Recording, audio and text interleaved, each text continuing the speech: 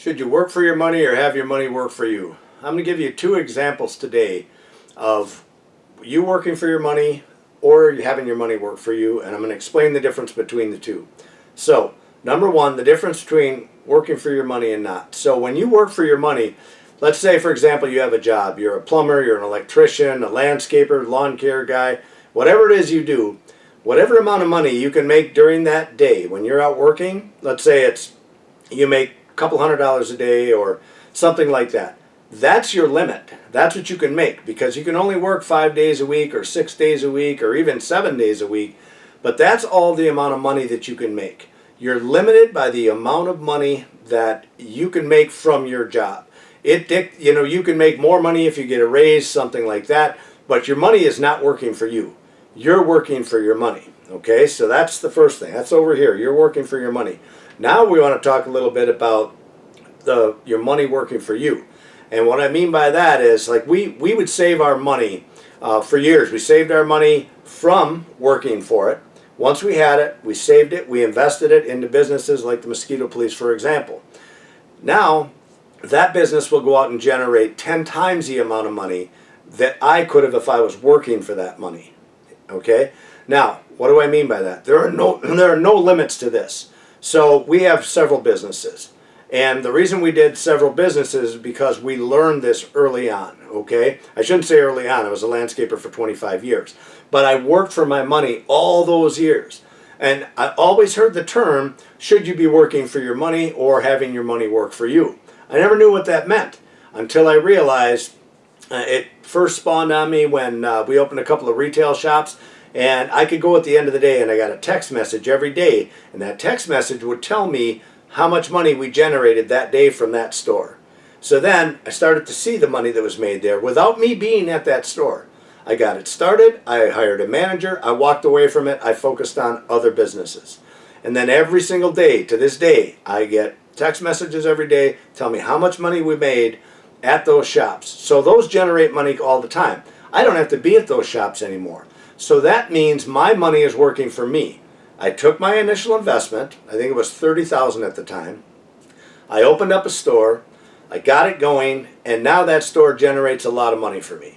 So what did we do? We opened another store and then another store, and we just kept going and dabbled into all kinds of different businesses, okay? So that's the difference between you working for your money and your money working for you. Now, an important thing I want all of you guys to remember.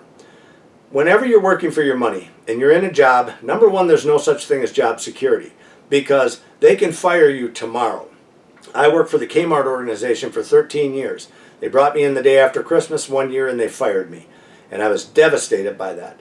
I had planned to be with that company for the rest of my life. I had 13 years with them. I was very happy where I was, but I wasn't making good money. Every time I got a little bit of a raise, inflation would go up and it pretty much would take that bump right out. Next year I'd get a little bit of a raise, inflation would come and take that bump right out. I never got ahead. I never got farther, and I was always working for my money. Now I have my money work for me.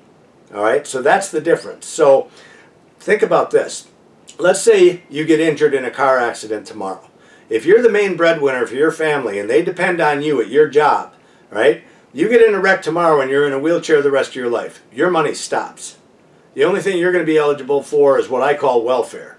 And welfare doesn't pay jack.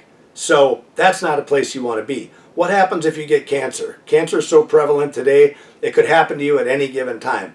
And if that does happen, the same thing, your money stops. Now, if you have your money working for you, if you've been smart, if you've invested it in a business, and it doesn't have to be the mosquito thing, it can be anything you want to do. Whatever you invested into, like we did the retail shops too.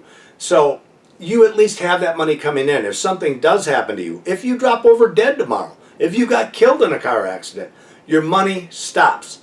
So think about your families. I highly encourage you guys to do this. I'm so thankful to know that if something happens to me tomorrow, that my family will be taken care of. And that would never have happened if I didn't learn the difference between working for my money and having my money work for me.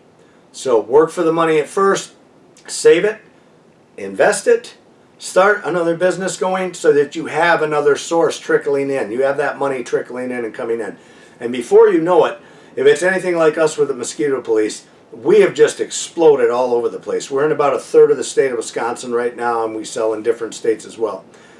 We are always looking for good partners. If you guys like what you heard today, if you want something different in your life, if you want your money to start working for you instead of you working for your money, I highly encourage you, check out our site at mosquitopolicebusiness.com and see if we might be the good fit that you're looking for.